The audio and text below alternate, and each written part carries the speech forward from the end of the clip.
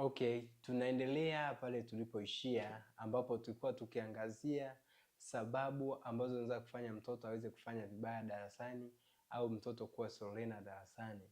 Na leo tunaendelea kuzungumza au kujadili kwa upana namna ya kumsaidia mtoto wako kupandisha ufaulu wake kutoka chini kwenda juu, au kumsaidia mtoto wako kutoka kwenye historia mbaya ya uslow learner na kuwa mtoto mwenye uwezo wa kawaida au mtoto mwenye uwezo wa juu. Yote yanawezekana. Nisikilize kwa undani, nikupe namna ya kumsaidia mtoto wako kufanya vizuri darasani.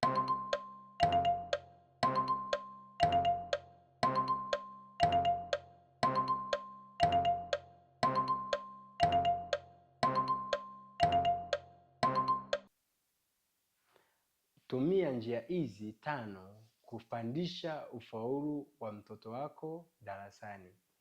Njia ya kwanza ya kumsaidia mtoto wako ili aweze kupandisha ufaulu wako darasani, hata kama ana uwezo wa chini, ni lazima ujue ni sababu gani inayomfanya mtoto wako aweze kuwa hivyo. Somo lililopita tumejadili sababu zinaweza zikasababisha mtoto wako aweze kufanya vibaya darasani. Sasa ili uweze kumsaidia mtoto wako, ni lazima ujue ni sababu gani imesababisha ili aweze kuwa hivyo jinsi alivyo. Inawezekana ni umri, inawezekana ni magonjwa yamemfanya ashindwe kumudu stadi za darasani, inawezekana pia ni sababu za kimazingira. Sasa wewe kama mwalimu, mzazi au mlezi, ni lazima ujue mambo yaliyofanya mtoto wako afike hapo alipo, na ili uweze kujua ni kumwonyesha mtoto upendo, kumpa mtoto moyo wako ili aweze kufunguka, aweze kukwambia mengi yanayohusu maisha yake, aweze kukwambia mengi yanayohusu ujifunzaji wake. Kupitia hiyo njia ya kwanza ya upendo, utamfanya mtoto akupende, akuelewe na akueleze mengi yanayohusu, na akishakueleza hayo mambo utajua namna gani ya kumsaidia. Njia ya pili ya kumsaidia mtoto wako anayesumbuka na kufanya vibaya darasani au ambaye ameshindwa kabisa kufanya vizuri darasani, anayefeli mara kwa mara, kile unachomfundisha kinadunda. Yawezekana unakosea hapa, fuatana na mimi. Mtoto unapokuwa unamfundisha, jaribu kumfundisha yale mambo anayoyafahamu kwanza kuelekea mambo asiyoyafahamu. Namaanisha nini? Mtoto kama unamfundisha somo la hesabu, labda mada ya kujumlisha, anza 1 jumlisha 1 kulingana na level yake ya elimu. Kama ni mtoto mdogo, anza 1 jumlisha 1, mfundishe namna ya kufanya. Njoo 5 jumlisha 5, njoo kwenye makumi, njoo kwenye mamia, unapanda kwenye maelfu. Lakini pia unaweza ukaanza kujumlisha za kawaida, njia ya ulalo au njia ya wima, kulingana na jinsi mtoto wako unavyoona anajua nini. Akishajua kile unachokijua, ukishatumia kile anachokijua, sasa kidogo kidogo unampandisha, unakuja kwa yale asiyoyajua. Wataalamu unasema mfundishe mtoto from known to unknown, yaani mfundishe mtoto kile anachokijua, anza nacho, alafu peleka kile ambacho akifahamu, ukiwa unamfundisha taratibu taratibu. Maana huyu umeshajua ni mtoto mwenye uwezo mdogo wa kujifunza.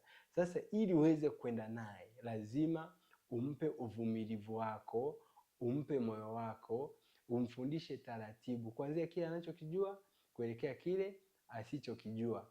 Mtoto atakuelewa na utakuta anafanya vizuri darasani. Lakini ukilazimisha kukomaa na kile ambacho akijui ili akijue, utampiga sana, utatumia muda mrefu na hautafanikiwa. Kwa ukigundua mtoto ajui kukokotoa masuala ya algebra, mrudishe kwenye kujumlisha, mrudishe kwenye kutoa, mrudishe kwenye kugawanya, mrudishe kwenye kuzidisha. Maana kwenye algebra haya mambo yote lazima uyatumie. Sasa ukimfundisha mtoto algebra ajui kugawanya, utampiga mpaka umuue na hatojua. Jambo la pili, teach from simple to complex. Mfundishe mtoto kuanzia mambo mepesi kuja mambo magumu. Fundisha mtoto yale mepesi malaini kuyajua, kuja mambo magumu unayotakiwa umfundishe. Yaani namaanisha hivi, unafundisha somo la sayansi, kuna mada zile nyepesi ambazo mtoto anaweza akazijua kwa urahisi, zinapatikana kwenye mazingira yake. Mfundishe vile vitu ambavyo viko kwenye mazingira yake. Mfundishe yale mambo mepesi mepesi kwa kutumia mifano halisi. Mfundishe, kadri unavyomfundisha anazidi kuzoea mambo mepesi. Unampa mambo ya kawaida, unampa mambo ya kati, ndivyo unakuja kumpa mambo magumu. Kama kwenye mitaala yetu ilipo, huwezi ukamfundisha mtoto wa darasa la 6 mambo ya darasa la 3. Lazima uanze mepesi, uje magumu, na utakuja magumu zaidi mpaka form 6 huko unakutana na mambo ni magumu zaidi kweli kweli, au mpaka chuo kikuu unakuta ni mambo magumu kuliko ya form 6. Lakini ili uweze kumfundisha mtoto wako ambaye uwezo wake wa kujifunza ni mdogo, lazima uangalie vitu vyepesi, ndivyo uvipande kwenye kichwa chake. Mfano, mtoto wako anapata F kila siku kwenye mtihani, hauwezi ukakimbia kumsaidia ili apate A, lazima umvute apate D. Sasa ili umpe D, alikuwa anafanya maswali ya kujumlisha na kutoa, na fanyaje anapata D. Sasa ili apate D nzuri, inabidi umfundishe sehemu, umfundishe kugawanya vizuri aielewe, umfundishe namba za Kirumi, umfundishe desimali, umfundishe maumbo mepesi, ili kupitia hayo mambo madogo madogo unayomfundisha atafute alama 21, alama 30 zitakazomsaidia kutoka kwenye F kuja kwenye alama D au kwenye alama C. Lakini ukitaka umkimbize kwenye maumbo magumu ili apate A, utakuta hata yale magumu uliyomfundisha hajayaelewa, hata kile kidogo ulichotakiwa kumpa hajakipata. Kwa umetumia muda wako bure, kuliko kwamba ungetumia muda wako kumfundisha mambo ya kawaida ambayo ukitumia muda mchache anaweza akayaelewa na akaja kumsaidia kufanya hayo mambo magumu. Ukatumia muda wako mwingi kumfundisha mambo yale ambayo hata ukifanyaje hawezi kuyaelewa. Hivyo unatakiwa mfundishe mtoto kuanzia yale mepesi kuelekea mambo magumu ili iweze kumsaidia. Yaani sio lazima mtoto wako awe wa kwanza. Angalia yuko wa 70, mpe malengo kidogo kidogo, nataka uwe wa 60. Msaidie, mpe mambo madogo madogo ya kufanya ili aongeze alama yake ya ujifunzi ya maksi, aongeze maksi zake ili zimsaidie kutoka hiyo sehemu kuja alipo.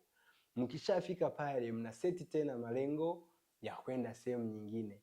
Yaani huwezi ukamtoa mtoto kuwa wastani wa D ukampeleka A. Lazima umlete C, umlete B, umlete A, au wakati mwingine mnastaki kwenye C. Kwa hiyo lazima uangalie namna ya kumfundisha mtoto wako ili uweze kuendana naye. Jambo lingine ambalo unatakiwa kufanya, mfundishe mtoto wako kwa kutumia mifano halisi. Tumia nyimbo za kutosha, tumia michezo ya kutosha, tumia vitu ambavyo vitavuta mtoto wako kujifunza kwa haraka. Yaani usitumie tu fimbo. Fimbo inaweza ikamsaidia mtoto wako kukuogopa, lakini fimbo haiwezi kumsaidia mtoto wako kukuelewa. Kitu pekee kinachoweza kumsaidia mtoto wako kukuelewa ni vile vitu unavyompandia kichwani, sio unavyomwekea kwenye mwili wake. Yaani uwekeza sana kwenye kufanya vitu ndani ya ubongo, sio kuweka vitu kwenye mwili. Kwa mfano, unapomfundisha mtoto kwa kutumia mchezo wa ngazi na nyoka, ule mchezo unakuza stadi za kuhesabu kwa jinsi ambazo sio ya kawaida. Yaani mtoto wako anapojua kwamba ukicheza hivi kakija kadude kenye vidude 6 unapanda ngazi mpaka huku, kakifikia kwenye mdomo wa nyoka unarudi chini. Kwa huku mtoto anaenjoy mchezo, huku mtoto anafanya nini? Anajifunza. Kwa msaidie mtoto wako kujifunza kwa njia hiyo pia ya michezo, kwa njia ya nyimbo na kwa njia ya mifano halisi. Mfano, unapomfundisha mtoto somo la kujumlisha au kutoa, tafuta mawe, tafuta machungwa, tafuta hata maharage, tafuta vihesabio, mfundishe. Njia nyingine ya kumsaidia mtoto kuondokana na hii hali ni wewe mwalimu kuwa mbunifu kila siku. Jaribu kubadilika kila unapoenda kukutana naye. Yaani leo unaenda kumfundisha mtoto wako, nenda tofauti na ulivyoenda jana. Yaani unaenda kumfundisha mtoto wako ile approach, ile njia uliyoenda kumfundisha nayo. Kwa mfano mimi nikiwa namfundisha mtoto wangu masuala ya table na kuzidisha, leo naweza nikamfundisha kuzidisha, kuhesabu table kwa kujumlisha, lakini nikienda kesho natafuta njia nyingine tofauti. Wakati mwingine hata darasani hajawahi kukutana nayo, lakini mimi naitafuta, naipata. Namwambia kwa mfano table ya 12, tunaanza na 2 4 6 8 0, 2 4 6 8 0, 2 8 6 8 0 mwishoni.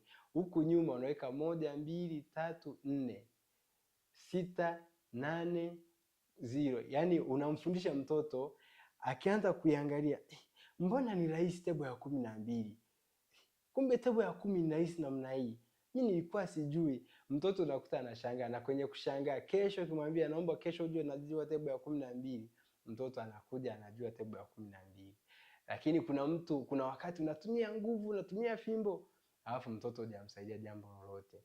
Jambo la mwisho kabisa la kumsaidia mtoto wako, kama umeona umetumia hizo njia zote zimeshindikana, waone wataalamu, watafute walimu, nenda shuleni kamtembelee, katembelee walimu, zungumza nao, ujue kwa undani zaidi shida ni nini mpaka mtoto wako anakuwa hivyo. Pia tafuta msaada wa wataalamu wa kukusaidia. Mtafute hata mimi nitakusaidia for free. Sitakuchaji hela yoyote. Nitakwambia mtoto wako ana shida gani na unaweza kupata suluhisho kwa muda mfupi, na akaweza kusaidika na akaweza kuendelea vizuri na masomo yake. Asante. Mimi ni mwalimu wako mzuri Jackton Kaimfikali Tibuza wa Davia TV. Karibu tena kwa somo linalofuata.